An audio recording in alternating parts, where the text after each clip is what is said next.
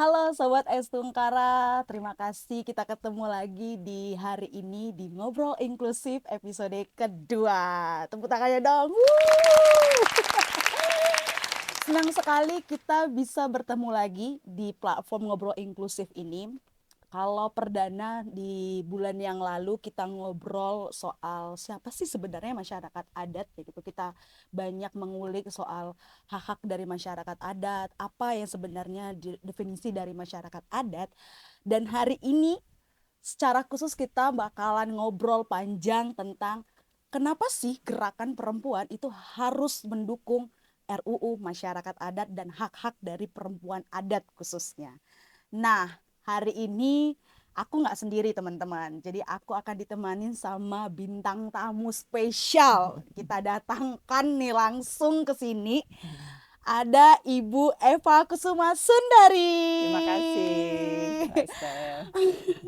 Jadi Ibu Eva adalah merupakan salah satu juga aktif dalam gerakan perempuan ya, Bu, dan juga menjadi salah satu anggota DPRD tahun 2014 sampai 2019. 2005 2005 sampai sampai 2014. 2014. Nah, hari ini Bu, terima kasih banyak udah mau datang di podcast Estungkara hari ini. Seperti kita tahu Bu, Estungkara saat ini sangat juga mendukung dan getol nih soal pengesahan RUU masyarakat adat, karena kita juga banyak mendampingin masyarakat adat di 7 provinsi gitu. Tapi mungkin sebelum kita nih Bu ngobrol panjang lebar soal kenapa sih sebenarnya gerakan perempuan juga harus turut mendukung pengesahan RUU masyarakat adat, mungkin Ibu bisa perkenalan sedikit soal aktivisnya selama ini dan perjuangan-perjuangan yang selama ini masih Ibu lakukan. Oke, Rahayu. Nama saya Eva Kusuma Sundari. Saat ini saya di board kemitraan, tapi juga pernah di DPR selama 15 tahun. Dan pada tahun 2007 atau 2006 ya, saya salah satu inisiator untuk mendukung undang-undang masyarakat adat. Sebagai aktivis perempuan, saya pendiri Institut Sarinah. Institut Sarinah tahun 2019 saya dirikan, lalu kemudian di dalam Institut Sarinah itu ada Rampak Sarinah. Kami bagi Institut Sarinah ini sifatnya think tank ya.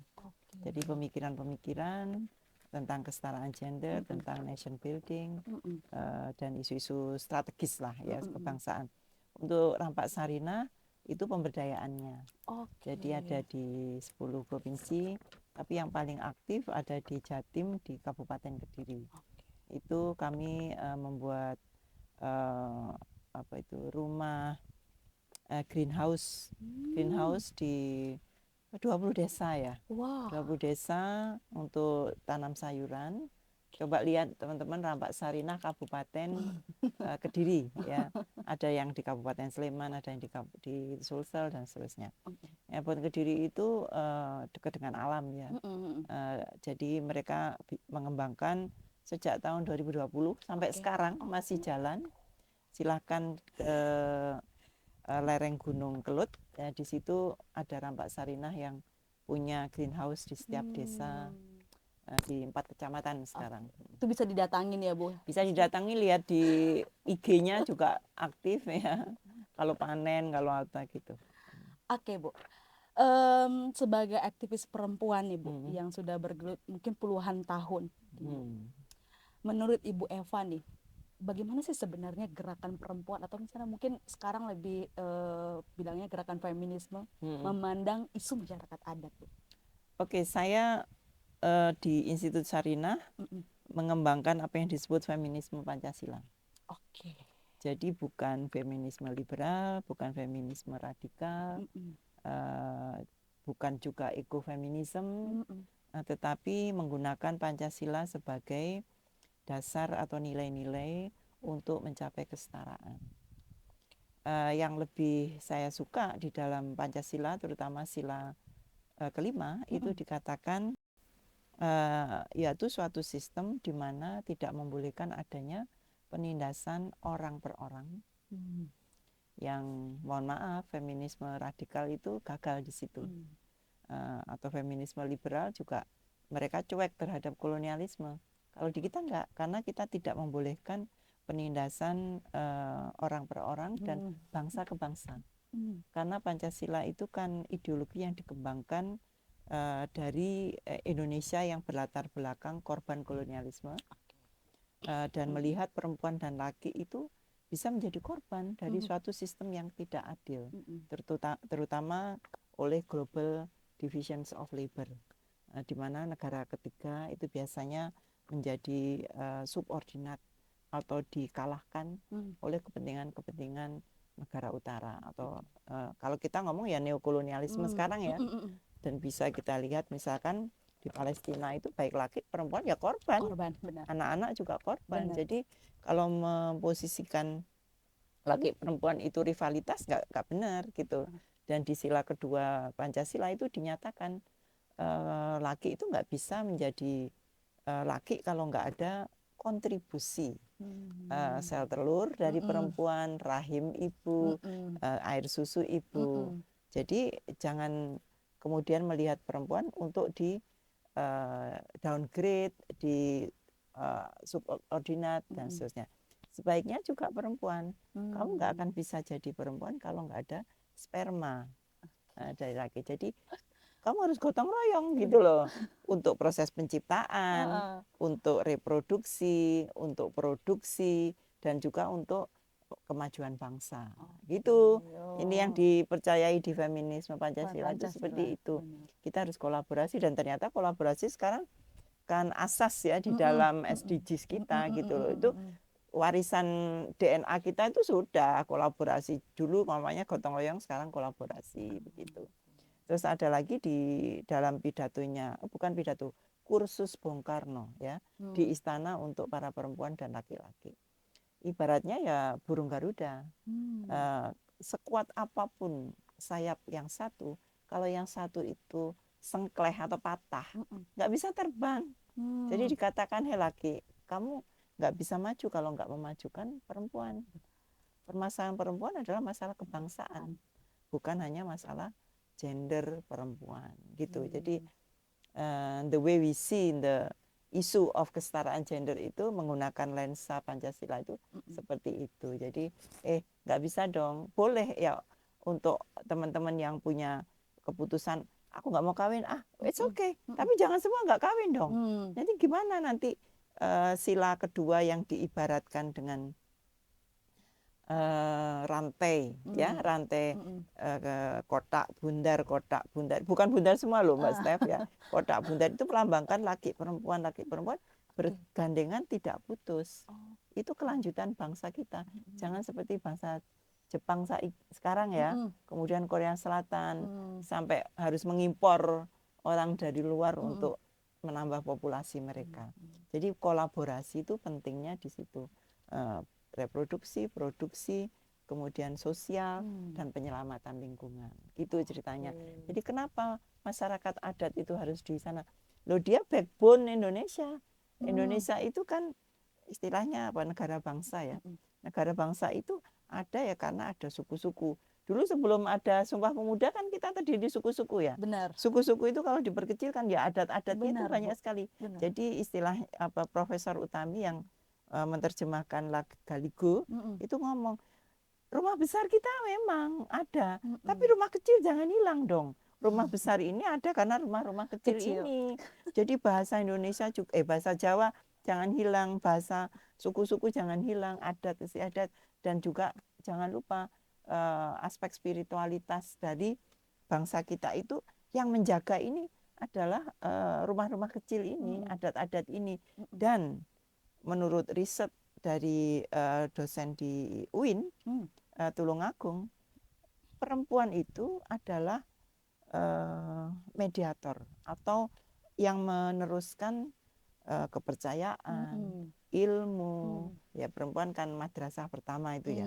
Kemudian juga mentransfer knowledge untuk ideologi. Itu perempuan karena bapaknya nggak mengasuh, nggak mengajari first word ya, mama.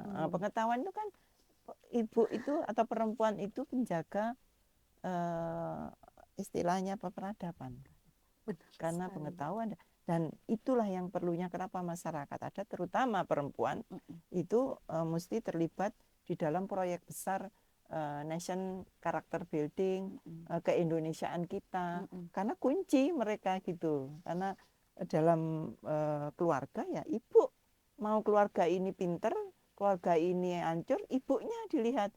Jadi kalau ibunya program kena korban KDRT, berantakan seluruh keluarga. Karena anaknya menjadi karakternya jelek, kemudian melihat modelnya jelek gitu. Tapi kalau ibunya happy, anaknya happy. Ibunya cerdas, kualitas keluarga juga bagus. Gitu.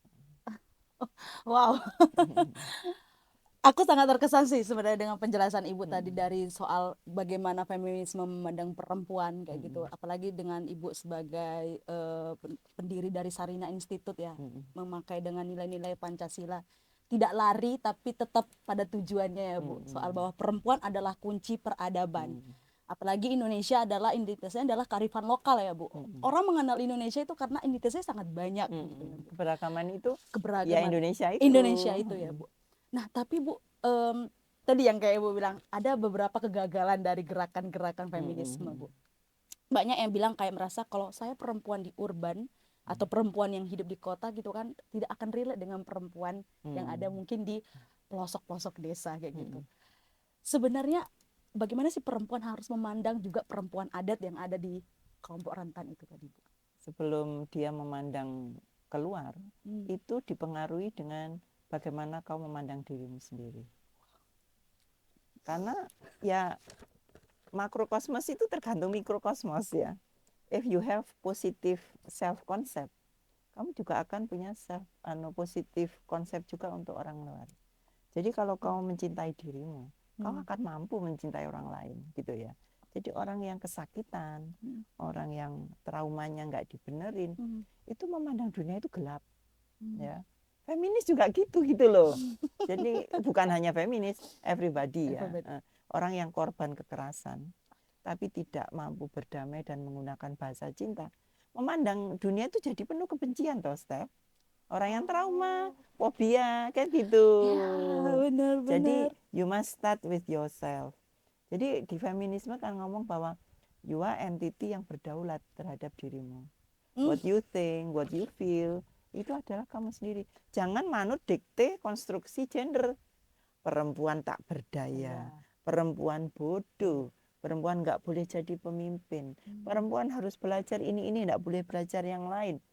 Itu artinya kamu jadi koloni dari sistem yang adalah dirimu. Tapi kalau cuma no, aku mau jadi presiden, aku mau jadi pemimpin, I want to have happy life, nggak hanya membutuhkan validasi ya, harus istri yang baik, ibu yang baik, sampai lupa bahwa dia itu adalah orang yang butuh kebahagiaan juga. Dan begitu kita salah dengan memposisikan dirimu bahwa aku hanya perempuan, aku ikut saja kata suamiku, wah udah selesai, you are not feminist. Kayak tadi ya, bahwa aku adalah lawan dari laki-laki. You are being control by konstruksi gender gitu. Ya kalau kita ngomongnya ya aku entity yang berdaulat. Aku nggak peduli ngomong bahwa perempuan yang baik itu adalah tidak jadi politician. Loh, nasib seluruh bangsa ini tergantung dari DPR kok. Aku I want to be politician gitu. Jadi kan rapatnya malam-malam, itu bukan perempuan baik. No, perempuan yang baik itu ketika hidupnya bermanfaat.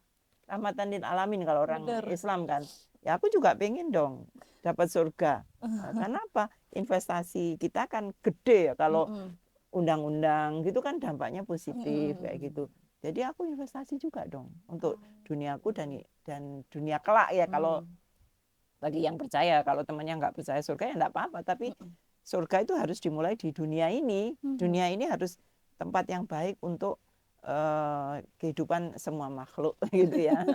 Jadi kemudian kita punya tabungan di sana. Masa di sini neraka terus besok dapat surga? Enggak. Di sini harus jadi surga, kemudian juga harus surga. Itu reward dari Tuhan kan gitu ya, rahmatan lil alamin gitu. Jadi bagaimana sebenarnya Bu kalau misalnya nih ada gitu kayak kita gitu kan, aku nggak relate sih dengan apa yang dialami sama perempuan adat gitu kan. Mm. Karena mungkin mungkin dengan kondisinya, geografisnya dia nggak merasa kalau ya isu perempuan adat juga adalah isu gerakan feminisme juga gitu. Dan ini sering sekali menjadi perbincangan. Nah, kalau menurut Ibu Itu Eva tuh gimana? kasihan karena Oh, dia belum mengerti diri sejati.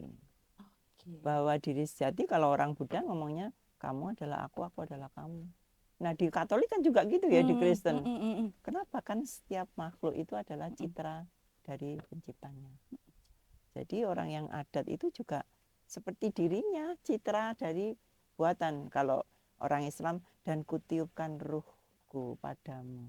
Jadi mm. kita ini sebetulnya entitas yang sama, Sama, cuman tempat tinggalnya berbeda. beda. Jadi dan ini secara energi ya, bagaimana sih manusia itu terdiri dari apa?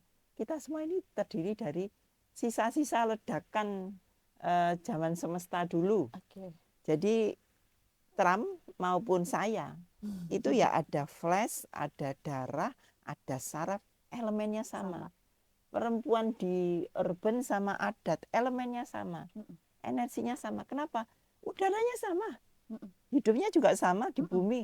Cuman di sini di kota, di sini ini. Jadi unsurnya sama semua. Mm-mm. Jadi kalau sampai nggak relate, itu kasihan. Itu karena belum tahu diri sejati. Dan orang kalau merasa, oh she is not part of me, itu artinya she is not happy. Mm-mm. Karena mencoba membuat dinding ini. Nah di adat juga gitu dong. Kalau Mm-mm. ada diskriminasi ya, terus dia yang mendiskriminasi ngomongnya SDGs, gak nyambung banget sih ya. Inklusinya hilang. Kok membuat benteng, membuat tembok, Benar. perbedaan. Dan itu feminisme gagal. Mm. Karena seharusnya dia tidak egois. Oke. Problem kenapa perempuan itu menjadi korban? Karena kan egoisme Mm. dan kemudian juga perilaku diskriminasi. Jadi pikirannya kan diskriminatif itu. Mm-mm. Perempuan aja diskriminatif. Jadi kenapa sekarang pendekatan feminisme yang berupa interseksionalitas itu penting sekali kan. Jangan keliru gitu. Jadi ya kita sama. Kita sama ya Siapa Bu. yang menderita harus kita tolong Apapun supaya ketertindasan itu harus kita bela ya itu Bu. mandatnya setiap umat yang beragama itu menjadi khalifah kan, Benar. di Kristen, di Yahudi, di mana semua harus berbuat kebaikan. Kalau istilah kita ya rahmatan lil alamin. Wah, dari gerakan feminisme Pancasila sampai ke agamanya Bu. Karena Pancasila, feminis saya feminis Pancasila, ada Wow. spiritualitasnya di Keberagaman situ. tadi, identitas itu tadi ya Bu. Cara kita menghargai, mencintai keberagaman ya ketika standing position atau point of view kita Mm-mm. ya menghormati keberagaman itu. Benar. Gimana ya, itu kesamaan, oneness, Mm-mm. bahwa kamu dan aku ya sama loh Sama. ya. Adat dan yang di kota juga Sama. sama, ada oneness-nya itu. Dan di hukum kita kan Mm-mm. ngomong bahwa setiap orang berkedudukan sama di Benar. hadapan hukum. Benar. Masa dia punya sistem hukum sendiri, feminis yang di kota itu tadi. Kan lucu. Kita hidupnya di bumi yang sama, Mm. di tanah air yang sama. Yang dihirup juga sama. Oke Bu, menarik nih. Nah, sebenarnya apa sih peran yang bisa kita lakukan ya Bu? Apalagi dengan kita yang mungkin bisa gerak di aktivisme perempuan kayak gitu untuk mendukung hak-hak dari masyarakat adat Bu. Aku pengen yang pertama ya, bahwa perempuan harus terlibat di semua aspek. Semua aspek. Karena kan kita 49% of population Mm-mm. ya. Jadi separuh dari penduduk kita itu perempuan. Jadi ya harus terlibat di semua aspek, bukan hanya pada isu masyarakat adat. Oke. Jadi dan kalau kita mengikuti logika pemberdayaan, yang paling tinggi kan partisipasi dan kontrol ya, bukan hanya penerima manfaat. Benar. Oh, Raskin harus perempuan juga, enggak hanya itu. Tapi you must participate in the policy making, karena kalau logika musyawarah mufakat, semakin banyak orang terlibat di dalam pengambilan keputusan, kualitas keputusan itu semakin adil, semakin berkualitas, semakin berkelanjutan. Karena setiap orang terlibat di dalamnya. Nah, perempuan kan 50% ya. Jadi ya harus pada level pengambilan keputusan itu, supaya dampak dari kebijakan itu juga bisa dinikmati, bukan dinikmati, menyelamatkan, mengakomodasi memfasilitasi dari para penerima manfaat kelak. Jadi nggak boleh kita kayak metode client and doctor, di mana dokternya tidak bertanya apa-apa, tiba-tiba disuntik. Padahal demamnya karena diuber utang, bukan demam karena sakit. Kan ngeri ya. Tapi kalau diajak musyawarah, kenapa Bu, gini Bu, sampai kepada problem emosinya. Oh, saya habis berantem dengan suami. Kalau gitu Ibu harus tenang, nanti demamnya turun. Jangan kemudian semua dikasih aspirin gitu loh. Musyawarah mufakat itu kan di situ.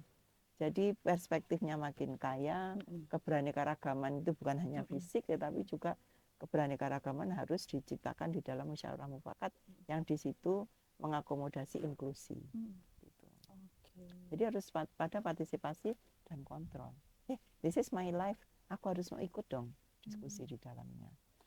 Tapi ada banyak yang masanya bilang kan, apa sih impactnya kalau aku bergerak sebagai perempuan untuk mendukung masyarakat adat? Itu banyak banget Bu nyinyirannya, terutama juga di kalangan anak-anak muda juga. Kita selamatkan keindonesiaan kita. Kamu mau hidup di dalam rumah yang tidak ada jendelanya, tidak ada dekorasinya? Kan rumah yang sehat itu ya ada sinarnya, ada ini yang sehat. Ini kita sedang bicarakan rumah bersama kita. Jadi rumah bersama kita ya harus yang nyaman dinikmati oleh semua orang. Ada angin-anginnya yang banyak, ada penerangan yang bagus. Jadi kita membahas tentang keindonesiaan sebetulnya. Kamu senang kemudian kalau seperti ujungnya seperti negara yang lingkungannya rusak. Ini penjaga lingkungan loh ya, adat-adat ini. Karena hutan-hutan mereka itu tempat adat mereka. Kamu mau Indonesia nggak oksigen harus beli kelak? Kamu mau kemudian kalau Indonesia anak-anak kalian tiba-tiba nggak ngerti hutan itu apa? Hutan itu ya sawit, kan pusing. Gitu misalkan. Di situ ada keanekaragaman, diversity-nya ada. Nah itu adat-adat ini yang menjaga keindonesiaan kita. Jadi orang kalau nggak relate itu ya kayak hidup di hampa udara. Where are you? Where do you live? Kita membicarakan tentang hidup kita sekarang dan yang akan datang. Nah Bu, kemitraan apalagi Project Estungkara juga ya Bu di koalisi RU Masyarakat Adat kayak gitu. Sebenarnya kenapa sih kita harus berfokus berbicara soal perempuan adat? Ya karena perempuan dimanapun komunitasnya sering diabaikan. Sementara perannya gede banget loh ya. Contohnya ya, kalau nggak ada perempuan penyediaan makan itu nggak ada. Karena perempuanlah yang melakukan penyediaan makan. Perempuanlah yang menjaga pohon-pohon, mencari obat karena memang tugasnya yang melekat dengan tubuhnya untuk keperawatan, pengasuhan, makan dan seterusnya. Jadi keberlanjutan planet ini adalah tergantung kepada perempuan. Termasuk di Indonesia, keberlanjutan Indonesia ini adalah ketika peran-peran alamiah natural dari perempuan ini dijaga. Jangan malah dieksploitasi, diabaikan. Itu ongkosnya itu sosial. Bukan pada perempuan adat sendiri, ongkosnya sosial. Bayangin kalau kemudian nggak ada yang kamu makan itu kimia doang, mati kan kita. Tapi sekarang gaya hidup sudah berpindah back to nature kan, back to organik. Nah ini pelakunya itu para perempuan adat ini, yang urban. Ingat, urban itu nggak ada makannya dari rural. Dari sana nggak makan lu kalau nggak ada para perempuan adat ini. Dan jangan hanya perempuannya, tetapi ekosistemnya, keberlangsungan masyarakat adat. Ini berapa bahasa lokal kan sudah hilang ya, karena nggak dipakai, karena ibunya nggak dikuatin untuk menjadi madrasah di rumah-rumah kecil itu tadi. Indonesia hilang kalau nggak ada masyarakat adat. Adat. Karena dia penjaga identitas kita, peradaban kita lah. Nah Bu, apa langkah yang pertama mungkin yang bisa kita lakukan nih dengan banyaknya gerakan ya, terutama gerakan koalisi RU Masyarakat Adat juga kita berusaha untuk terus menggandeng gerakan-gerakan perempuan, aktivis perempuan untuk bersuara, apa sih yang bisa kita lakukan, Bu? Mungkin dari non litigasinya atau litigasinya kayak gitu, Bu. Ada dua aras ya ini ya. Mm-mm. First, we must make sure that everybody who are concerned itu punya compassion ya Oke. kepada we live in one planet, in the same Mm-mm. roof ya, Mm-mm. dan juga dari bumi yang sama. Mm-mm. Itu dulu. Dan kita ini oneness. Oke. Jadi mindset kita itu betulin dulu, baru dia mampu untuk melakukan kebaikan di luar. Tapi orang yang jahat, orang yang egois, masa kamu tuntut untuk melakukan? Kan benerin dulu mindsetmu, benerin dulu point of view-mu. Dari pendidikan yang membuat mindsetnya tidak egois, ya, tidak hierarkis, bahwa ini laki-laki ya, terus perempuannya di nomor 2, binatangnya nomor 3, alamnya nomor 4. Ini hierarkis, diametral. Tapi kalau mindsetnya sudah oneness, laki berada di dalam satu lingkaran ini. Rahmatan lil alamin itu di sini, bukan yang hierarkis tadi gitu. Jadi bahwa semua makhluk harus bahagia ya. Kalau orang Buddha kan begitu. Jadi kalau you can be happy if everybody else happy. Jadi SDGs kan gitu toh. Nah, kalau ketika kemudian kita sama-sama beres ya, maka bisa dilakukan. Aku memaknai SDGs itu pada posisi begini. Ini ada spiritual. Spiritual itu peace ya, 14, 15, cooperation itu it's spiritual. Baru people. Jadi kemiskinan bisa diberesin, tapi ini dulu dong. Perspektif ini dulu. Spirituality of SDGs itu harus beres dulu. Tapi kalau everybody agrees that we must create prosperity for everybody. We must agree on the inclusiveness. We must agree bahwa kemiskinan itu harus dihapuskan, sanitasi dibereskan, spiritualitas dulu, orangnya dulu, innernya dulu. Jadi ketika ini baru ini people bisa dilakukan gitu loh, baru environment bisa diberesin, tapi spiritual itu tertinggi, gitu fundamental. Kalau spiritualnya ngapain mikir orang lain? Benar. Ngapain aku peduli dengan indeks korupsi? Pokoknya gue kaya. Nggak ada ini. Ini alam hancur, orang juga hancur. Jadi pentingnya spiritualitas itu di situ loh. Dan pendidikan kita itu hanya ngomong hafalan, hakmalan. Itu kecerdasan IQ yang terendah. Karena orang nggak diajar kritis, refleksi. Ini kan mencari jati diri itu kan setiap refleksi toh. Oh, aku itu ternyata belum manfaat ya kepada orang lain. Malah aku tukang garong ya. Itu karena nggak diajak refleksi. Diajak pada level itu. Kalau IQ beres kepada EQ, etos kerja, kreativitas. Kreativitas kita kan terendah di ASEAN. Jadi kenapa inovasi nggak jalan? Karena ini. Jadi IQ doang, IQ pun pada level terendah. Ketika IQ udah beres, SQ spirituality gitu loh. Spirituality-nya adalah rahmatan lil alamin itu tadi, nggak egois lagi gitu. Jadi apakah salah satunya juga pendidikan progresif menjadi salah satu cara untuk spiritual ini bisa harusnya nyampe ke sana, karena pendidikan itu harus meningkatkan 3 kecerdasan itu sekaligus. Kan karakter building, Mbak. Benar. Menghafal itu kan nggak karakter building. Tetapi mencintai orang, berkemanusiaan, menjaga persatuan, kan spiritual. Nah, ini Pancasila nggak menjadi roh di dalam pendidikan kita. Akhirnya indeks korupsi tinggi, penghancur lingkungan, sampah kita produksi terbanyak, sampah plastik, sampah fashion, sampah makanan, kita nomor 2 loh seluruh dunia. Benar, Bu. Itu karena kita nggak cerdas spiritualitinya gitu. Jadi itu yang kita mau itu lengkap gitu, nggak bisa hanya satu aspek saja. Dan SDGs itu lengkap sebetulnya. Pendidikan yang paling utama ya, pendidikan Bu. Yang transformatif. Transformatifnya termasuk ke aspek mental dan spiritual. Nggak bisa kamu menghentikan korupsi gitu ya, dengan penegakan hukum, tapi mentalnya masih korup semua. cari celah terus gitu. Akan berulang-ulang terus ya Bu ya. Secara Kan advokasi moralitas lebih tinggi dari benar, hukum, ya enggak? benar, Moralitasnya enggak diomong, benar. moralitasnya masih ada surga, Enggak, ada neraka, takut malah enggak jadi cerdas. Surga benar, itu benar, sekarang, benar, benar. Indonesia harus jadi Surga. surga. Jangan ada polusi, jangan ada Se- penindasan. benar. Tapi secara advokasi dan politik Bu, apa Mm-mm. strategi yang mungkin bisa kita lakukan? Advokasi ini demokrasi ya. Pasti. Ini kan harus menjadi kuasa rakyat. Oke.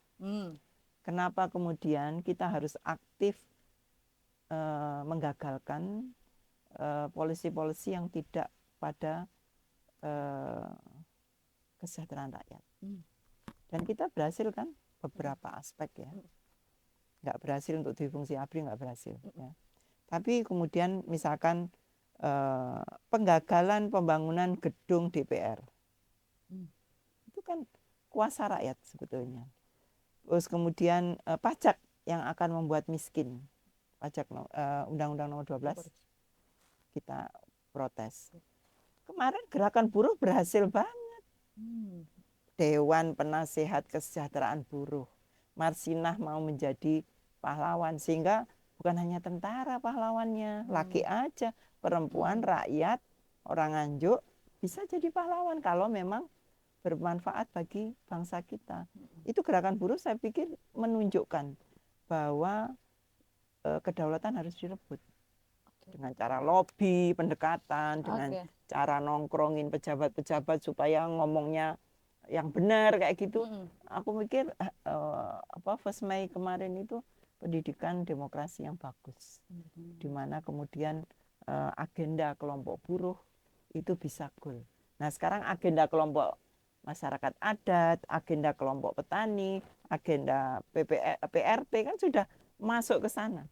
Dan nggak bisa advokasinya hanya advokasi konvensional, tidak masuk ke dalam ruang-ruang untuk pengambilan keputusan. Jadi saya kan lobby kepada Pak Dasko, kepada politisi-politisi, tapi kita harus cerdas kan, siapa yang paling berpengaruh, kuat, siapa yang paling berpengaruh, itu yang kita dekati. Gitu. Nggak bisa hanya, wah yuk berantem, nggak bisa. Jadi kombinasi aksi, advokasi ya, itu kombinasi aksi, semedi, doa, kemudian lobby, itu kombinasikan dengan ramuan yang bagus.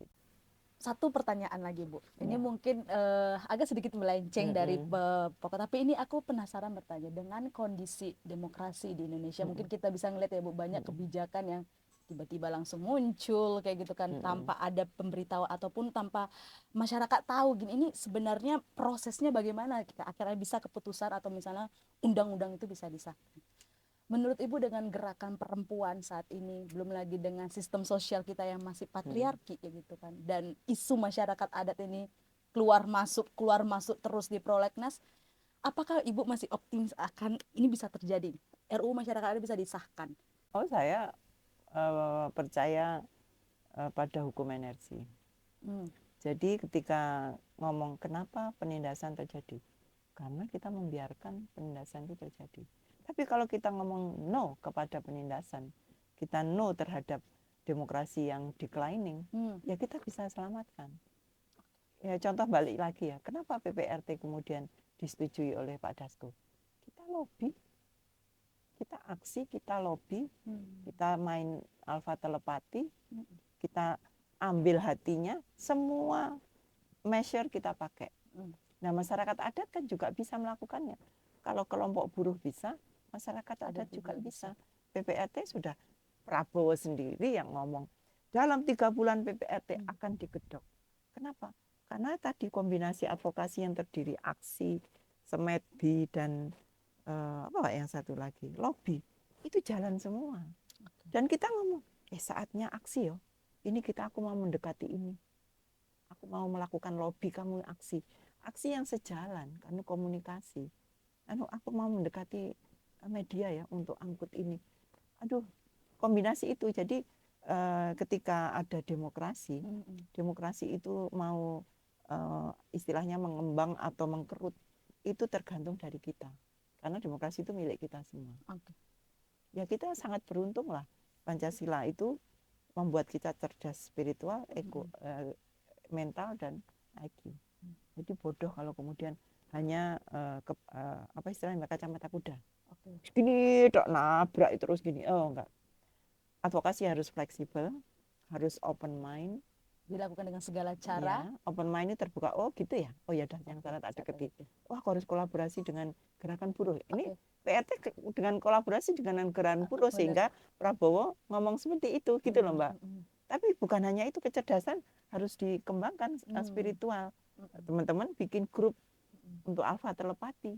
Jadi semua kemudian energi-energi dari berbagai orang, berbagai pihak itu bergerak meningkat ya, mengembang. Karena kita tidak mau, aduh pasti nggak bisa. Itu energi makin mengkerut. Jadi kita pada frekuensi tinggi istilahnya ya. Frekuensi tinggi itu optimisme, penuh cinta, kepercayaan, damai gitu harus dijaga terus supaya energi yang lain bisa ngikutin di sini gitu. Tapi kalau orang yang sudah putus asa, marah, benci, dengki, nggak berkembang. Ya kan? Ini sudah ada banyak bukti kan, Benar, PPRT benar, ke PPRT. MHA nanti Balik akan melakukan hearing, dan di geng advokasi masyarakat adat sudah mengumpul ada satu koalisi besar. Aku pikir ini hal yang promising lah. Modal yang besar ya Bu untuk bisa capai. Ya, tapi rakyat harus cerdas spiritual Harus itu cerdas. dulu. Itu tugas kita Kak Bu atau tugas bersama? Tugas bersama. Tugas bersama. Tapi kita harus berlaku cerdas dulu supaya mengirim sinyal, ayo cerdas bareng gitu loh. Apa Kemitraan juga harus gitu. Kemitraan kan kemitraan harus begitu. lembaga advokasi kok kemudian mentalitasnya mentalitas pecundang, nggak boleh. Mentalitas harus mentalitas pemenang. Itu frekuensi tinggi. Terakhir Bu, harapan Ibu gitu loh, dengan tadi banyaknya ternyata impact dari gerakan perempuan itu tadi gitu kan, dan bagaimana kita tadi harus melakukan pendidikan transformatif, kita harus benar-benar optimis dalam pergerakan gitu kan, kita harus kolaborasi kayak gitu. Apa harapan Ibu untuk gerakan saat ini, terutama dalam pengesahan RUU masyarakat ini? You must transform yourself dulu. Once you are okay, you can make other people okay. Gitu sih Mbak. Jadi jangan aku melakukan pendidikan, didik dirimu dulu gitu loh. Jangan sampai kemudian kamu malah nggak produktif terhadap gerakan besar. Sikap yang pesimis itu kan menyumbang hal yang tidak membuat energi membesar Mbak. Sikap yang konfrontatif, sikap yang tidak kolaboratif, itu membuat gerakan ini menjadi tidak bisa optimal. Jadi sikap positif harus dipunyai oleh semua yang terlibat di dalamnya. Sehingga kita bisa mengontrol orang lain untuk juga ikut positif. Jadi beresi dulu di internal gerakan, di internal koalisi, supaya mempunyai vibes yang sama ya. Dan setelah itu kita bisa mengirim energi keluar untuk mengikuti kita. Kalau di dalam agenda itu berisi kebaikan, insya Allah semua akan oke. Ya, tidak ada nakal ya, tidak ada fraud. Ya, itu kalau fraud itu konflik, energi jadi konflik. Tapi kalau semua positif, Bismillah bisa, ya, bisa. Jadi transform yourself first, then you will be able to transform others. Wow. Terima kasih Ibu. Sama-sama. Ini teman-teman kita banyak belajar banget ya dari Ibu Eva, terutama dalam gerakan feminisme Pancasila ya Bu, bahwa kita tidak bisa meninggalkan keberagaman itu, dan nilai-nilai spiritual itu menjadi sangat penting dalam sebuah gerakan apapun ya Bu, tidak hanya gerakan perempuan kayak gitu.